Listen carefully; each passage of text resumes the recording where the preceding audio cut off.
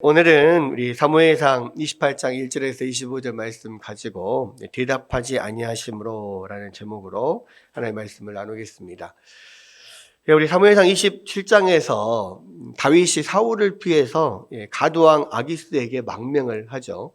처음에 가두왕 아기스에게로 피했을 때는 이 다윗과 그 다음에 다윗을 따르는 소수의 사람들만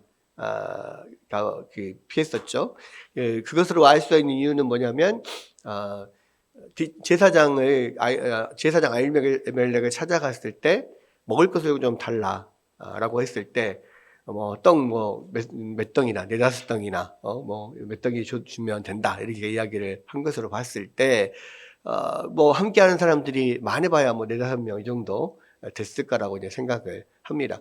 그런데 이번에 사울을 많이 피해 다니다가 이번에 이제 가드왕 아기스에게 피할 때는 그런 소수만 피한 게 아니고 완전히 거의 망명 수준으로 그렇게 지금 갔단 말이에요.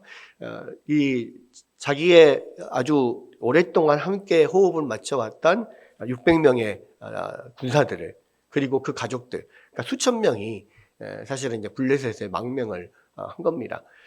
물론 다윗의 생각은 영원히 블레셋으로 망명을 하겠다 이런 생각은 아니었겠죠. 왜냐면 그냥 사울의 어떤 위협을 피해서 당분간만 이렇게 좀 몸을 의탁하고 있겠다 이런 마음을 가졌지만, 그러나 이 블레셋 왕 아기스의 입장에서는 그렇게 잠깐만 머물다가 다시 돌아가게 하는 것은 사실 블레셋 입장에 봤을 때는 하나도 좋은 게 아니에요. 그러니까 일단은 이스라엘에서 유명한 장군인 다윗, 그리고 그동안 그렇게도 블레셋을 괴롭혔던 최고의 적장이잖아요. 근데 그 사람이 우리 가운데로 몸을 피해서 지금 도망을 왔습니다.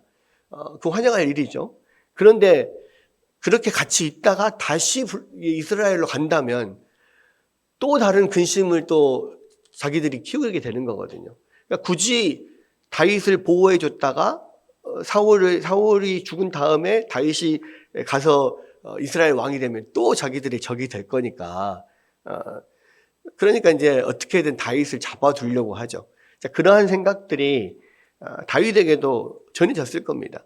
그러니까 다윗의 입장에서는 여기 오래 있을 이유가 없어요. 영원히 있을 생각도 없고, 또 자기는 이스라엘의 왕으로 이미 하나님 앞에 기름 부음 받은 사람이니까 어떻게든 이스라엘로 돌아가야 됩니다. 이제 그런 상황에서 다윗이 아기스의 마음을 얻고, 또 나름대로 지금 사울의 창을 피해서 여기까지 왔지만 여기에서라도 무언가 하나님의 뜻을 좀 행해야겠다는 생각을 하죠. 그래서 이제 어떤 방법을 취하냐면 블레셋에 있으면서 블레셋 남쪽에 있는, 블레셋 때문에 쫓겨나 있던 그 가나안 족속들을 치기 시작합니다. 왜냐하면 하나님께서 이스라엘 백성들이 이 가나안 땅으로 들어올 때 하나님께서 명령하신 것 중에 하나가 바로 가나안에 있는 모든 민족들을 쫓아내거나 진멸시키라 말씀을 하신 거잖아요. 근데 지금 그렇게 블레셋에 밀려서 내려와 있는 이 가나안 민족 족속들을 그래서 치는 것이 그나마 이곳에서 하나님의 뜻을 행하는 방법 중에 하나다. 그렇게 생각을 하고 그렇게 그 가나안 민족들을 치는 겁니다. 그럼에도 불구하고 사실은 다윗이 지금 이스라엘을 떠나서 기름 부음 받은 왕인데 이스라엘 떠나서 블레셋 이 지역에 와 있는 것 자체가 하나님의 뜻을 지금 어긋난 거잖아요. 그러니까 처음부터 하나님의 뜻에 어긋난 일을 해놓고 이제 그 안에서라도 어떻게 하나님의 뜻을 조금이라도 행하면서 만회를 좀 해보겠다는 그런 마음을 가지고 지금 하고 있는 겁니다. 그렇지만 그것을 가지고 또 나름대로 아기스의 마음을 또 얻어야 되니까 이 가나안 족속들을 친 것을 속여서 바꿔서 유다 남쪽에 있는 유다 남쪽의 지방을 내가 쳐서 많은 전리품을 얻어왔습니다. 이렇게 거짓말로 보고를 한단 말이에요. 그리고 많은 그런 전리품들을 가져다가 아기스에게 주면서 그 마음을 계속 사는 거죠. 자, 그것들이 계속 되니까 이제 아기스는 유다의 이스라엘의 유명한 장군이었던 이 다윗이 계속해서 이스라엘을 공격을 하고 있는 것은 이제는 아예 이스라엘에 대한 마음이 떠서 완전히 나의 신하가 됐구나. 자, 이렇게 생각을 했단 말입니다. 그렇게 이제 나름대로 다윗은 이 위기의 상황을 어떻게든지 좀 거짓말로 모면하고 있는 그런 가운데 이제는 더 이상 거짓말로 이 상황을 모면할 수 없는 그런 사건이 터지게 돼요. 그게 바로 이제 오늘 28장 이야기거든요. 28장에 보면 그때 블레셋 사람이 이스라엘과 싸우려고 군대를 모집한지라. 대대적으로 지금 이스라엘과 블레셋이 지금까지도 계속 지금 대치 중에 있는 상태였지만 다시 이제 군사를 모아서 서로 크게 이제 전쟁을 이제 벌일 준비를 합니다. 그러면서 아기스가 다윗을 불러서 이렇게 말하죠. 너는 밝히 알라. 너와 네 사람들이 나와 함께 나가서 군대에 참가할 것이니라. 그러니까 아기스의 입장에서는 물론 지금까지 한 행동을 봤을 때 다윗이 자기의 분명한 신하가 됐다라고 어느 정도 판단을 했지만 확증이 필요한 거죠. 뭔가 확고한 이 확증이 필요한데 이렇게 이제 전쟁이 공식적으로 블레셋과 이스라엘 전쟁이 터졌을 때 이 다윗이 자기의 수하로서 전쟁에 참여하게 되면 그리고 실제로 자기가 보는 앞에서 이스라엘과 싸우고 그들을 치는 것을 보게 되면 마음이 이제 더 확신이 오겠죠. 그러니까 다윗에게 그렇게 이야기를 합니다. 너는 이번에 가서 참가해서 이 전쟁에 참가해서 네가 나의 신하됨을 증명해라. 이런 거죠. 그렇게 이야기했을 때 이 다윗은 사실은 그 마음은 지금 아기스의 신하로 온 게 아니잖아요. 그 단지 사울의 창을 피해서 왔을 뿐이고 자기는 여전히 이스라엘의 하나님의 기름 부음 받은 그런 차기 왕이잖아요. 그것을 지금까지 속이고 있는데 그게 이제 더 이상 속일 수 없는 그런 상황이 지금 온 겁니다. 그랬을 때 이제 뭐라도 이제 다윗이 대답을 해야 되잖아요. 대답을 해야 되는데 아마도 그 순간 엄청나게 많은 생각을 했을 거예요. 그 대답을 하는데 보니까 굉장히 애매하게 대답을 합니다. 어떻게 대답을 하느냐. 보십시오. 2절에 보니까 다윗이 아기스에게 이르되 그러면 당신의 종이 행할 바를 아시리이다. 그러면 당신의 종이 행할 바를 아십니다. 당연히, 그러니까 이 말이 상당히 애매한 게 아기스의 입장에서는 당연히 참가해야죠. 당연히 당신의 종이 당신의 일을 할 거 아닙니까? 이렇게 받아들일 수 있습니다. 그런데 사실은 다윗은 당신의 종이 행할 것을 당신이 알 겁니다 라고 하면서 자기 마음은 이야기 안 해요. 그러니까 애매하게 그 상황을 뭔가 애매하게 말해서 지금 모면하려고 그렇게 하고 있죠. 그랬을 때 아기스는 그래 네가 진짜 내가 마음에 원하는 대로 그렇게 내 앞에서 선봉장이 돼서 이스라엘 치게 되면 그렇게 너 스스로 증명하면 너는 영원히 내 머리를 지키는 자를 삼겠다. 이렇게 이야기합니다. 여기서 내 머리를 지키는 자가 누굴까요? 최측근에서 이 아기스를 경호하는 경호대장으로 삼겠다는 거예요. 그러니까 그것은 자기 목숨을 맡기는 가장 믿을 만한 그렇게 신하에게 지금 자기의 경호를 맡기는 거잖아요. 그러니까 내 머리를 맡긴다고 하는, 머리를 지키는 자.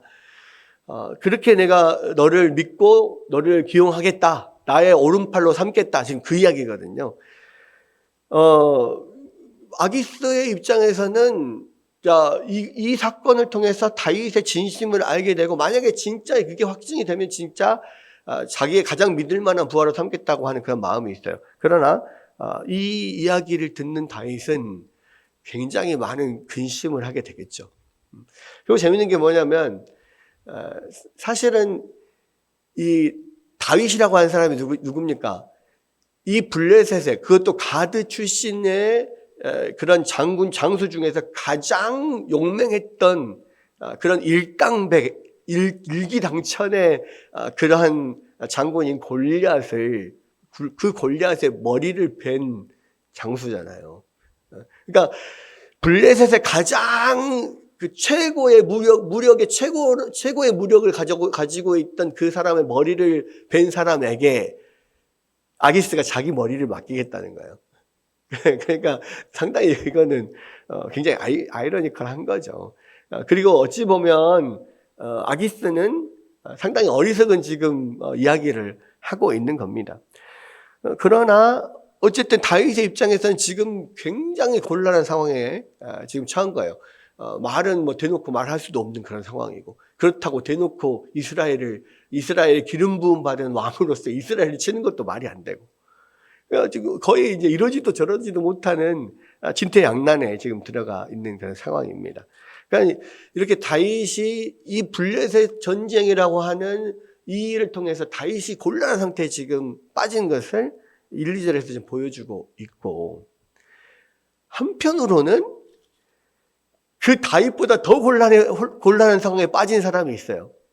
누구냐? 그러니까 오늘 28장에서의 그 곤란함의 주인공은 누구냐면 사울이거든요. 사울은 다윗보다 지금 더 곤란해요.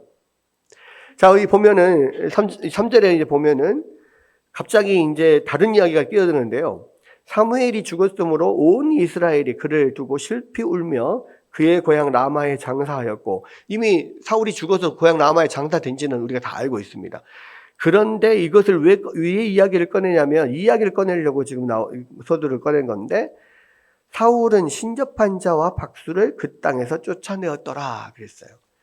그러니까 사무엘이 살아있을 때 사울이 그나마 하나님의 뜻을 행한 것 중에 하나가 뭐였냐면, 그것도 이제 사무엘의 말을 듣고 아마 그렇게 했겠죠. 이스라엘에 있는 모든 신접한 자와 박수들을 다 쫓아낸 겁니다.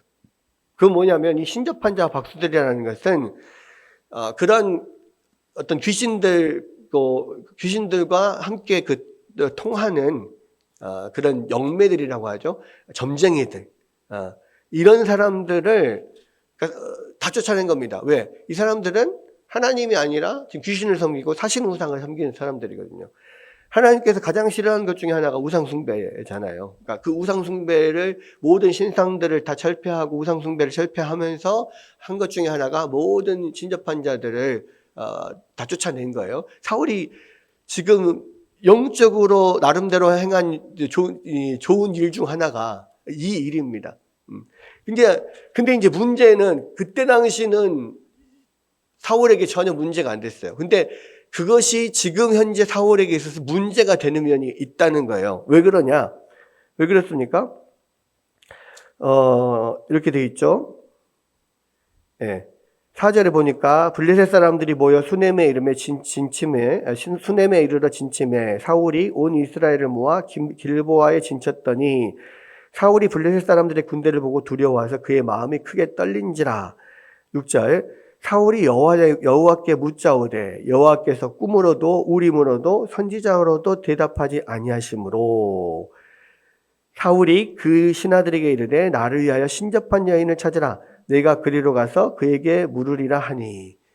자, 무슨 문제가 생겼냐면, 사무엘이 살아있을 때, 또는 사울이 적어도 하나님으로부터 버림받지 않았을 때는, 사울이 어떤 일을 할 때 여러 가지 통로로 하나님께 묻고 그 대답을 들을 수 있었단 말이에요.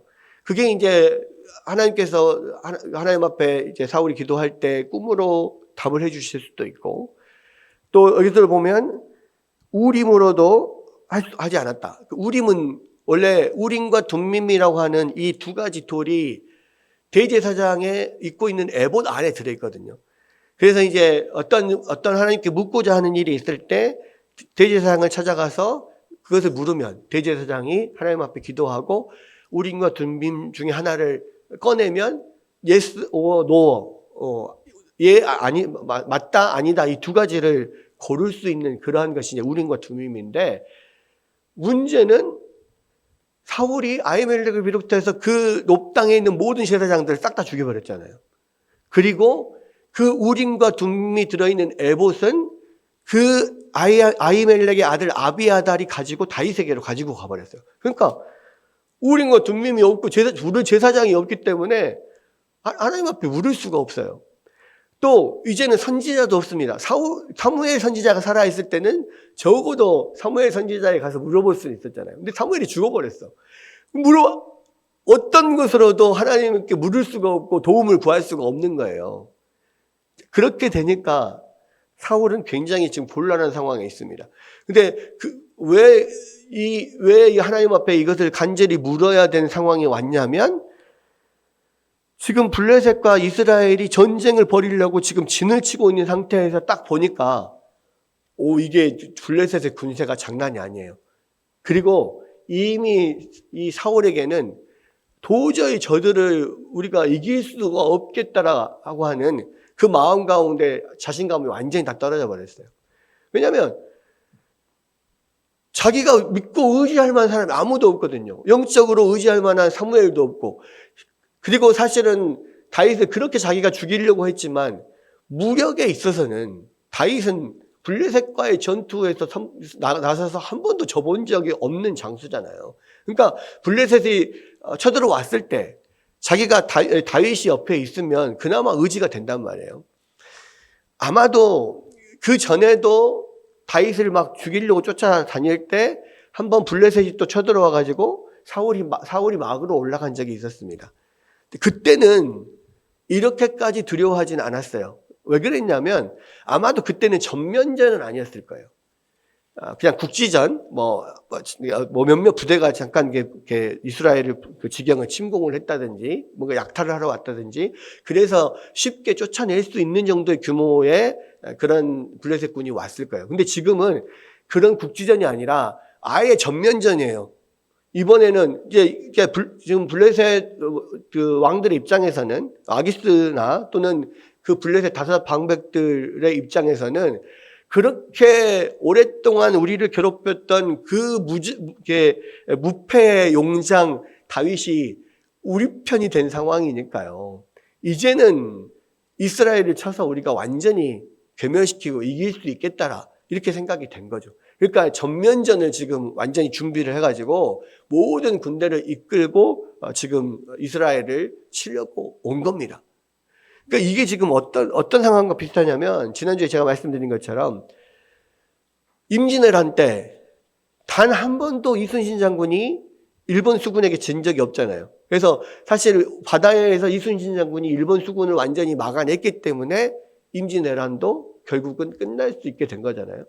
근데 이제 그 조선의 왕인 선조가 이순신 장군을 굉장히 시기하고, 그래서 사실은 죽이려고도 많이 하고 백의종군도 시키고 그랬단 말이에요. 마지막에 노량해전에서 이순신 장군이 죽을 때도 많은 사람들이 그렇게 이야기합니다. 이번에 제가 한번 그 울돌목 거기 이순신 장군 이렇게 동상 있고 한데 한번 갔다 왔는데, 거기에 이제 이순신 장군이 일생에 대해서 쭉 나오는데, 마지막 노량해전에서 뭐라고 돼 있냐면 스스로 죽음을 택했다, 이렇게 지금 나와 있어요.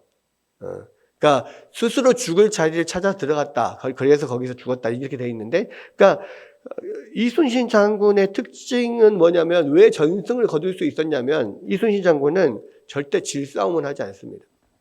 모든 상황과 환경들, 모든 것, 전술, 전략, 지형 다 해가지고 완전히 이길 수 있는, 100% 이길 수 있는 상황을 만들어 놓고 싸웠어요. 그래서 100% 이겼거든요. 근데 노량해전에서의 싸움은 사실은 100% 이길 거라고 생각할 수 없는 상황이었고, 굉장히 위험한 그런 상황이었어요. 그럼에도 불구하고 이순신 장군이 직접 거기로 들어갔거든요. 그래서 이제 많은 사람들이 어쩌면 여기서 살아남아도 선조왕에게 죽을 수 있겠다, 이런 생각 때문에 차라리 그냥 여기서 명예롭게 죽음을 택하자, 이렇게 해서 그 자리로 가서 죽었을 것이다, 이렇게 생각하는 사람도 있거든요. 근데 만약에 생각을 해보십시오. 다윗처럼 이순신 장군이 자신의 목숨을 선조의 칼을 피하기 위해서 만약에 일본에 망명을 해버렸다. 자기 수군들을 다 데리고 거북선이랑 그 전선들을 다 가지고 망명을 해버렸다. 그러면 일본에서는 쌍수를 들어 환영이죠. 그리고 전열을 정비해서 이순신 장군을 다시 수군 제독으로 세워가지고 조선을 다시 침공해 들어왔다. 그러면 아무도 조선에서는 이순신 장군과 일본군을 막을 길이 없어요. 그잖아요. 지금 딱 그 상황인 거예요. 사울의 입장에서는 이순신 장군, 다윗이 지금 거의 이순신 장군 같은 사람인데, 다윗이 블레셋 편이 돼가지고 블레셋 군과 함께 블레셋 대군과 함께 지금 딱 이렇게 서로 대치하고 있는 그런 상황이란 말이에요. 그랬을 때 이 사울은 완전한 지금 절망 가운데 들어가죠. 영적으로 어떤 사람에게도 의지할 수도 없고, 무력으로도 내가 의지할 만한 신하가 없어요. 다윗과 같은 그런 사람이 없어요. 다윗이 우리 편일 때는 최고 든든한 아군인데 적이 되면은 가장 두려운 존재가 되는 거죠. 그런 상황이니까 어떻게든 하나님의 도우심을 구하고 싶어. 근데 도우심을 구하려고 했더니 제사장들은 자기가 싹 다 죽여버렸어요. 선지자는 사무엘이 죽으면서 이제 끊겼어요. 이제는 뭐 내가 아무리 하나님 앞에 간구를 해봐야 하나님은 답도 안 해줘.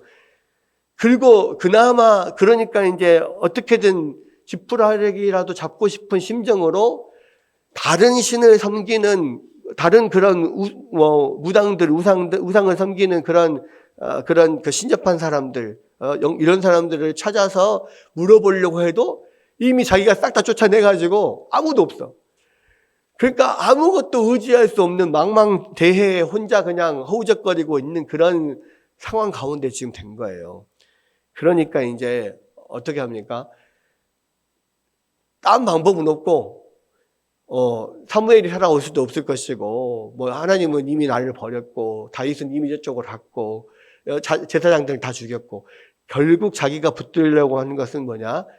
신접한 사람들은 그래도 내가 쫓아냈으니까 어디에든지 아마 숨어 있을 것이다. 그 사람들을 찾아내라. 신하들에게 이야기를 한 겁니다. 그러니까 신하들이 알아보고 엔돌에 그게 우리 몰래 그렇게 지금 신접한 여인이 활동하고 있는 사람이 하나 있습니다. 이 정보를 줬어요. 그러니까 그 신접한 여인을 찾아가서 뭔가 물어보려고 움직입니다. 그런데 여러분 한번 지도를 좀 봐야 되는데요. 우리 잠깐 지도 한번 넘겨주시면, 예, 지도 한번 보십시오. 자, 여기서 보면 이제 밑에 보면 아벡이라고 하는 곳이 있죠. 여기에서 블레셋 사람들이 모여가지고 사실은 밑으로 바로 남쪽으로 쳐들어오지 않고 이 해안 길을 따라서 무깃도를 거쳐서 저 북쪽으로 수넴에서 군사를 모아서 지금 내려오려고 하고 있는 거예요. 그러니까 그동안에는 지금 이 위쪽으로 지금 남쪽으로 이렇게 쳐들어가면 대군이 움직일 수 있는 길이 별로 없어요. 산지여가지고. 그렇기 때문에 대군을 끌고 가려면 해안 평지를 따라서 무깃도를 거쳐서 저기 보면은 수넴 이쪽에가 이스라엘 평지라고 돼 있거든요. 이스라엘 밸리라고 돼 있죠. 그러니까 이쪽 지역에 대군을 모아가지고 여기에 딱 진을 친 거예요. 그러니까 대군이 모이기에는 여기가 최적지인 거죠. 그래서 이제 여기로 지금 올라옵니다. 그러니까 사울도 지금 밑에 이제 있다가 지금 밑에 있다가 블레셋이 위로 올라오니까 군사들을 모집해 가지고 지금 북쪽으로 올라온 거예요. 그래서 길보아산 근처 밑에다가 진을 쳤습니다. 그래서 위에 수넴 지역에는 블레셋 대군이, 그다음에 밑에 길보아산 근처에는 이스라엘 군이 지금 진영을 짜고 대치하고 있는 그런 상황이란 말이에요. 그런데 이제 문제는 뭐냐? 신접한 여인이 어디에 있냐면 이 수넴 위쪽에 엔돌에 있어요. 그러니까 그 신접한 여인을 찾아가려면은 이 블레셋 군대가 지금 대군이 진을 치고 있는 그곳을 어떻게든 지나가지고 엔돌을 가야 돼요. 아니 지금 이스라엘 왕인데 적진이 진을 치고 있는 그 지역을 지나서까지 엔돌로 가는 것은 굉장히 위험한 일이거든요. 근데 그럼에도 불구하고 사울은 변장을 하고서라도 저곳으로 가서 그 신접한 여인을 만나려고 해요. 왜요? 너무 급하니까.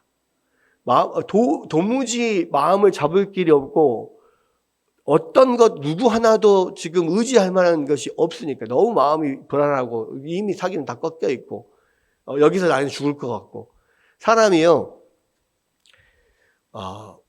정말 발등에 불이 떨어지면 정말 죽을 것 같으면 그동안에는 전혀 할 수 없었던 일도 하게 됩니다. 그러니까 저기는 지금 이스라엘의 왕이 거기서 잡히면 끝나는 거 아니에요. 그럼에도 불구하고 그것을 각오하고라도 지금 감수하고라도 적진을 뚫고 엔돌까지 가는 이유는 뭐예요? 그렇게라도 해서 무언가 나에게 좀 위로가 되는 말을 듣지 않으면 내가 견딜 수 없을 정도가 된 거예요. 그러니까 어떻게든 길을 쓰고라도 거기를 간 겁니다. 그렇게 갔을 때에 그 엔돌에서 만난 신접한 여인을 찾아갔을 때 이 이야기를 하죠. 신접한 여인에게 8절에 보면 그 여인에게 밤에 그 여인에게 이르러서 사울이 이르되 청하노니 나를 위하여 신접한 술법으로 내가 네게 말하는 사람을 불러 올리라 하니 여인이 그에게 이르되 네가 사울이 행한 일 곧 그가 신접한 자와 박수를 이 땅에서 멸절시켰음을 아나니 내가 어찌하여 내 생명에 올무를 놓아 나를 죽이게 하려 하느냐 하는지라. 그러니까 이미 신접한 사람들은 다 쫓아냈고 사울한테 걸리면 이미 죽을 것을 알아요. 근데 와가지고 밤에 찾아와가지고 나한테 그런 죽을지도 모르는 생명을 걸고 그 일을 하라고 하는 게 도대체 가당합니까? 나 못하요. 이야기를 하니까 뭐라고 합니까? 사울이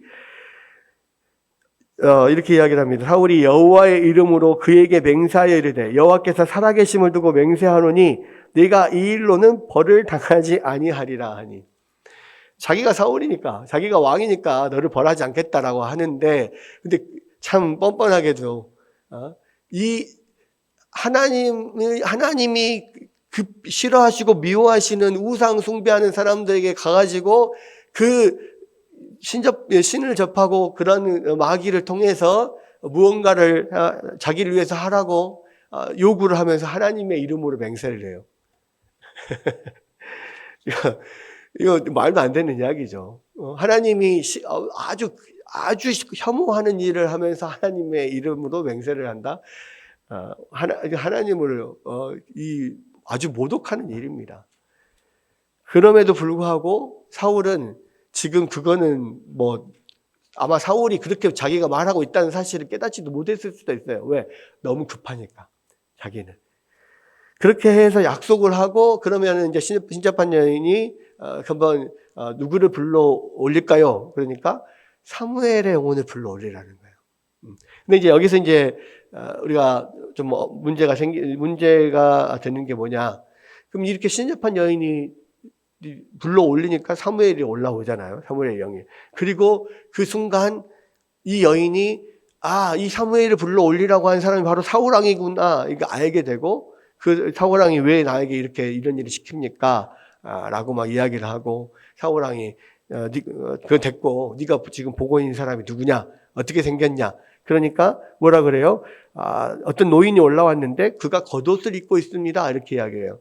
겉옷을 입고 있다는 말은 뭐냐면 로브 또는 망토 같은 그런 옷을 입고 있는데 그게 이제 선지자들이 주로 입는 복장이었어요. 그러니까 그래서 그런 복장을 하고 있다는 것을 이야기를 듣고 사울이 그 사무엘에게 절을 합니다. 근데 아마도 사무엘이 어떤 모습으로 나타난 것 같지는 않고 이 신접한 여인이 사무엘을 대신해서 자기의 어떤 입술을 통해서 사무엘의 목소리로 대신 전달을 했겠죠. 그러니까 영매라고 하는 것은 하나의 중간 개체, 중간 역할을 하는 거니까 자기의 입술을 통해서 사무엘의 음성을 이렇게 들려주는 이런 일을 했을 겁니다. 그러니까 이제 그 다음부터는 사울이 직접 사무엘과 이야기하는 그런 장면이 나오는데 그러면 여기서 우리가 생각하기에 그러면 진짜로 이 신접한 여인이 불러 올린 영혼이 사무엘의 영혼인 거냐? 성경을 보면 사람이 죽어서 그 영혼이 육신을 떠나면 어디로 갑니까?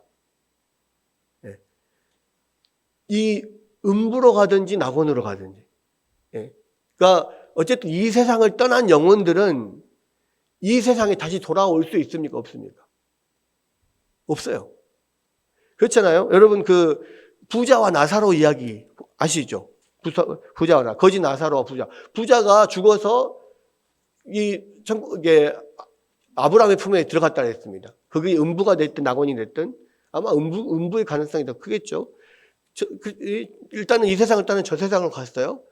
그랬을 때 내가 다른 친척들에 가서 너희들 그렇게 살면 안 된다. 내가 가서 경고를 해주고 오게 해달라고 했을 때 안 된다. 너희와 그곳과 이곳 사이에는 건널 수 없는 그런 도저히 넘어갈 수 없는 경계가 있기 때문에 못 넘어온다. 그렇게 이야기를 하거든요. 그러니까 한번 이 육신을 떠난 영혼은 다시 오지 않아요. 다시 올 수 없습니다. 그럼 여기 나오는 이 사무엘은 도대체 뭐냐? 이 사단의 소행인 거죠. 귀신의 소행인 겁니다. 그러니까 결국은 이 신접한 여인이 접촉하는 얘들은 누구냐면 귀신들이에요. 그럼 귀신들이 사무엘의 어떤 모양을 가지고 사무엘의 음성으로 그렇게 이야기를 하고 속이는 거죠. 왜냐하면 나름대로 귀신들은 우리의 인간보다 훨씬 더 많은 것들을 알고 있고 또 많은 다른 능력들이 있거든요. 그러니까 자기들이 아는 선에서 얼마든지 그렇게 속여서 이야기할 수 있단 말이에요. 그리고 이제 여기서 사무엘이 이야기하는 내용들이 보면은 이미 그 전에 사무엘 선지자가 했던 이야기들을 반복해서 하는 것에 지나지 않아요. 뭐라고 그럽니까? 여기서 사무엘이 다급해서 사울이 다급해서 사무엘을 불렀는데 아니 블레셋 사람들이 군대를 일으켜가지고 지금 바로 진을 치고 있는데 아무도 나에게 대답해 주는 사람이 없어서 어쩔 수 없이 내가 신접한 여인을 통해서 당신을 불렀습니다. 이야기를 하잖아요. 그러니까 사무엘이 뭐라고 이야기합니까? 여호와께서 너를 떠나서 네 뒤적이 되셨거늘 어찌하여 내게 묻느냐? 여호와께서 나를 통하여 말씀하신 대로 내게 행하사 나라를 네 손에서 떼어 내 이웃 다윗에게 주셨느니라. 내가 여호와의 목소리를 순종하지 아니하고 그의 진노를 아말렉에게 쏟지 아니하였으므로 여호와께서 오늘 이 일을 내게 행하셨고 여호와께서 이스라엘을 너와 함께 블레셋 사람들의 손에 넘기리니 내일 너와 내 아들들이 나와 함께 있으리라. 내일 너와 내 아들들이 나와 함께 있으리라. 무슨 말이에요? 너와 내 아들들이 죽어서 죽을 것이다. 죽어서 이곳에 올 것이다. 지금 이야기거든요. 근데 지금 이 사무엘의 영혼이라고 하는 존재가 한 말이 다 어떤 말입니까? 이미 그 전에 사무엘이 했던 말이고 사울이 이미 알고 있는 말이에요. 단 하나 모르는 말은 내일 너와 네 아들들이 죽을 거다. 이 정도만 사울이 모르는 말이죠. 그러니까 결과적으로 이 영혼은 진짜 사무엘의 영혼이 아닌 거죠. 귀신들이 사무엘의 영혼을 빙자해서 그렇게 이야기를 하는 겁니다. 또 한편으로는 귀신이 이렇게 이야기를 했다고 할지라도 나름 맞는 말을 했잖아요. 이것은 뭐냐면 귀신들이 모든 것을 다 아는 그런 전지전능한 존재라는 이야기가 아니라 우리보다는 많은 것을 알고 있지만 그러나 이 귀신들도 피조물이에요. 그래서 하나님처럼 모든 것을 알 수 없어요. 다만 모든 것을 아는 것처럼 자기들이 전지전능한 것처럼 속여서 우리를 종으로 만들어 사용하려고 하는 거죠. 그리고 한편 여기서는 나름대로 너와 내 아들들이 내일 죽을 거다라고 하는 이야기를 하는 것은 하나님의 허락 안에서 한 것이라고 봐요. 그래서 하나님은 이 세상에서의 모든 만물을 다 하나님이 주관하시고 주권대로 사용하시잖아요. 이 세상의 모든 악들도 하나님이 선한 목적으로 사용하실 때가 있잖아요. 마찬가지로 사탄도 귀신도 마귀도 하나님의 선한 목적으로 해서 사용할 때가 있단 말이에요. 사용하실 때가. 그러니까 귀신들은 나름대로 사울을 굴복시키고 어떤 자기의 휘하에 들어오도록 하기 위해서 나름대로 인간이 알지 못하는 어떤 단편적인 지식을 말해 주어서 그것들을 속이려고 했는지 모르겠지만 그것을 말하는 것 자체도 결과적으로는 하나님께서 그들을 사용하셔서 하나님의 앞으로 행할 일들을 보여주시는 것에 지나지 않다라고 하는 겁니다.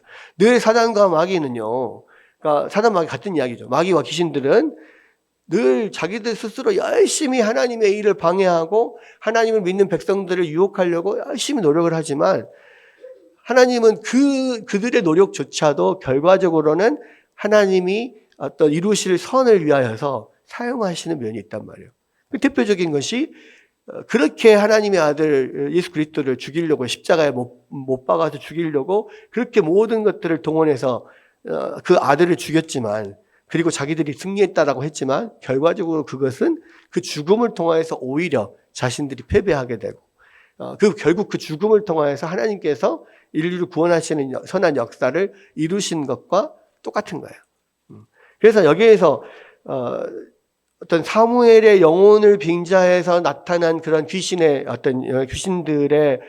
이런 일이 결코 선의로 했다라고는 볼 수는 없지만 악의로 한 그런 내용들을 하나님이 결과적으로 선하게 하나님의 뜻 가운데 사용하셨다. 이렇게 볼 수 있습니다. 결국은 사울은 그렇게 불안한 마음에서 어떻게든 잘못된 방법으로라도 사무엘을 불러 올려서 사무엘에게 좀 좋은 위로의 말을, 격려의 말을 듣고 싶었지만 결과적으로 들은 말은 자기와 자기의 아들들이 내일 이 전쟁에서 죽을 것이다. 이스라엘은 패할 것이다. 그리고 너와 내 나라는 이미 네 이웃 다윗에게 하나님이 주셨다. 이 말만 듣게 된 거죠. 이제는 더 이상의 소망이 없기 때문에 완전히 이제 기력이 다해가지고 사울이 땅에 완전히 쓰러져 버립니다. 그리고는 여기서 보면 그 사울이 그렇게 쓰러져서 고통을 당하고 있으니까 신접한 여인이 자기가 음식을 차려서 줄 테니까 먹고 기력을 좀 회복하십시오. 이렇게 이야기를 해요. 사울 입장에서는 이제 모든 것이 다 끝나버렸어요. 이제 더 이상 소망이 없어요. 내일 전쟁에서 죽고 자기와 자기 아들들이 다 죽는다는데 사무엘이 저주를 했던 그것이 내일 이루어진다는데 무슨 소망이 있겠습니까? 그러니까 나 이제 먹는 것도 싫고 아무것도 싫다 그냥 그러고 이러고 있는데 그 신접한 여인이 그 이야기 하잖아요. 아니 나도 당신의 말을 듣고 목숨 걸고 당신의 말을 들어줬지 않소. 그럼 내 말도 좀 들어주시오. 그러면 어쨌든 여기까지 왔으니까 먹고 기운내서 가십시오. 그것이 내가 그래도 나름대로 이스라엘 왕을 위해서 할 수 있는 유일한 길 아닙니까? 그러면서 이제 이 사울을 설득을 해서 그 사울과 신하들 앞에서 음식을 차려주고 사울과 신하들이 음식을 먹고 이제 다시 자기의 본진으로 돌아가는 내용이 28장의 내용인데요. 여러분, 사울의 이제 마지막이 참 얼마나 비참한가 이런 것들이 보여집니다. 그러니까 하나님을 떠난 백성들이 참 비참한 말로를 겪는 거예요. 아예 처음부터 하나님을 모르고 아예 하나님의 백성들이 아니었다면 모르는데 사울은 그래도 하나님의 백성이고 하나님의 기름 부은 왕이었다가 자신의 불순종으로 인하여서 지금 하나님에게 버림받은 상태잖아요. 저는 이 장면을 보면서도요, 만약에 그 신접한 여인의 말을 듣고라도 그 자리에서 하나님 앞에 회개하고 다시 돌아가서 내지는 히스기야 왕처럼 자신의 생명을 위해서라든지 아니면 그러한 블레셋과의 전쟁을 놓고라든지 하나님 앞에 식음을 전폐하고 엎드려 기도하고 회개하고 했다면 하나님께서 또 나름대로 긍휼을 베푸시고 은혜를 베푸셨을 거라고 생각이 돼요. 그 열왕기에서도 보면 그 악한 왕들조차도 하나님 앞에 엎드려서 회개하면 하나님이 또 그 당시 또 용서를 해주시고 또 나름 생명도 연장해 주시고 막 여러 가지 그런 일들을 볼 수 있잖아요. 아무리 악한 존재여도 하나님 앞에 회개하면 하나님은 들어주시고 용서해 주시고 해요. 그런데 결과적으로 구원을 받지 못하는 이유는 뭡니까? 그 회개가 일시적이기 때문에 구원받지 못하거든요. 근데 정말로 안타까운 것은 사울은 사무엘로부터 버림받은 이후에 한 번도 회개하질 않아요. 그러니까 결국은 우리가 그런 이야기 하잖아요. 용서받을 수 없는 죄, 뭐 성령을 해방하는 죄, 뭐 이런 이야기 나오는데 용서받을 수 없는 죄 중에 하나가 뭐냐면요, 회개하지 않는 죄예요. 회개하지 않기 때문에 용서받을 수 없기도 하고요. 용서받을 수 없는 자기 때문에 하나님이 회개의 은혜를 베풀지 않으시는 것도 있어요. 그러니까 정말 안타까워요. 이 사울이 얼마든지 회개할 일들이 많았거든요. 지금 다윗에게 있어서 거의 죽을 뻔한 것을 2번이나 살아났잖아요. 그러니까 많은 사람들이요, 자기가 정말 죽을 위기에 처했다가 다시 살아나면 자기는 새로 태어났다고 하고 사람들이 변하는 사람들 되게 많아요. 물론 영적으로 변해서 뭐 하나님을 믿거나 뭐 이렇지는 않는다 칠지라도 그동안에 자기가 살았던 그런 방식대로 살지 않고 정말 죽을 그런 위협을 겪고 다시 살아난 사람들은 새롭게 뭔가를 살아가려고 하고 뭔가 의미 있게 살아가려고 한다고요. 근데 사울의 입장에서는 몇 번이고 계속해서 지금 그렇게 회개할 기회가 있었는데도 불구하고요, 단 한 번도 회개하지 않아요, 하나님 앞에. 그리고 안타까운 것은 이 마지막 기회까지도 하나님 앞에 엎드려 회개하고 통에 자복하지 않고요, 그냥 절망하고 넘어지고 그리고 더 이상 아무것도 하지 않는 거예요. 여러분, 많은 사람들이 그렇게 생각합니다. 사람들이 예정론이라고 하는 것을 그냥 운명론처럼 받아들여요. 그래서 하나님께서 이미 구원하기로 선택하신 백성들은 뭘 어떻게 해도 구원을 받을 것이고, 하나님이 선택하지 않은 백성들은 뭘 어떻게 해도 구원받지 못한다, 이렇게 생각을 해요. 근데요, 여러분, 성경은 그렇게 말하지 않아요. 아무리 악한 자도 하나님 앞에 회개하고 돌아오면 하나님께서 용서하시고 받아주신다니까요. 여러분, 우리가 선택받은 백성인지 선택받지 않은 백성들인지 어떻게 합니까? 사울처럼 끝까지 회개하지 않고 어떤 상황에서도 하나님 앞에 엎드리지 않는 사람이 선택받지 않는 사람이에요. 우리 인생 가운데는요, 사람들이 다 인생 가운데는 최소 3번의 기회가 있다, 뭐 이런 이야기 있잖아요. 누구에게든지 성공할 수 있는 기회가 몇 번이 있고요, 하나님 앞에 회개하고 돌아올 수 있는 기회가 몇 번이 있어요. 하나님은 계속해서 우리 인생 가운데 하나님 앞에 회개하고 돌아올 수 있는 기회를 여러 번 주신단 말이에요. 그런데 끝까지 그 기회에 하나님을 찾지 않고 끝까지 자기 자신을 붙잡고 내지는 스스로 멸망에 빠지는 사람들, 회개하지 않고 끝까지 자존심 내세우고 버티는 사람들, 그 사람들이 결국은 선택받지 못한 사람들이라고요. 그래서 우리는 예정론이라고 하는 것이요, 사실은 구원론에 들어있는 게 아니에요. 원래 예정설은요, 성화와 견인 가운데에 들어있어요. 그래서 우리가 태초부터 선택됐고 예정되었다는 것을 어디서 우리가 그것을 붙들어야 되냐면, 이 땅에서 시련과 고통 가운데서 믿음으로 살아가면서 끝까지 버틸 수 있는 힘을 주는 것이 하나님이 나를 선택하셨다라고 하는 예정설이거든요. 그래서 이 예정설은 내가 고난 중에 내가 이렇게 엄청난 시련과 고난을 받고 있는데 혹시 내가 하나님 앞에 버림받는 것은 아닐까, 이런 의심이 드는 사람들에게, 아니다, 네가 예수를 믿고 여기까지 온 것은 하나님께서 태초부터 선택하셔서 여기까지 너를 부르셔서 인도하신 것이다.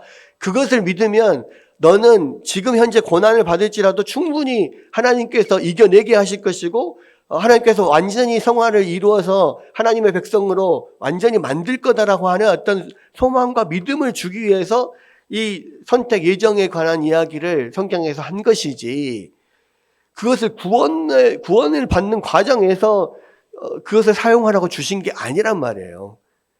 우리가 그것을 알아야 돼요. 그래서 우리에게 있어서는 열심히 전도하고 하나님 앞에 열심히 무릎 꿇고 회개하고 하나님을 붙드는 거, 이것이 우리에게서 가장 중요한 거예요. 그것이 되고 있는 상황이라면 나는 선택받은 백성이라고 확신하면 된다는 말이에요. 결과적으로 이 사울을 통해서도 우리 가운데 계속 말씀하는 게 뭡니까? 계속적인 회개의 기회를 주실 때 회개하라는 거예요. 하나님을 믿고 돌아오라는 거예요. 근데 끝까지 돌아오지 않고 결과적으로는 저주 가운데 죽게 되는 것이 사울이라고요. 반면에 여러분 다윗을 보십시오. 다윗은요, 지금 사울과 똑같이 하나님의 명령을 떠났어요. 이스라엘 떠나서 블레셋 가 있다고. 적군에게 가서 거기서 적장에 되어 있는 상황이라고요.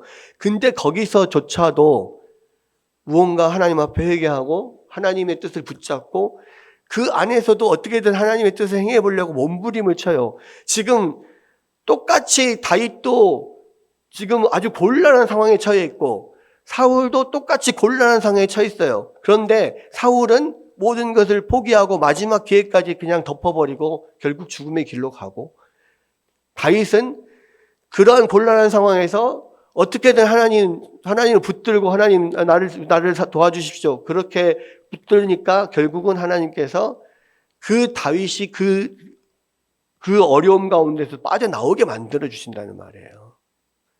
여러분, 그래서 우리가 사울과 다윗을 비교해 보면서 우리가 느껴야 될 것은 뭐냐면요, 하나님께서 기회를 주실 때 철저하게 열심히 회개하고 다시 하나님을 붙들어야 된다는 거. 그것이 우리에게 있어서 구원의 길입니다.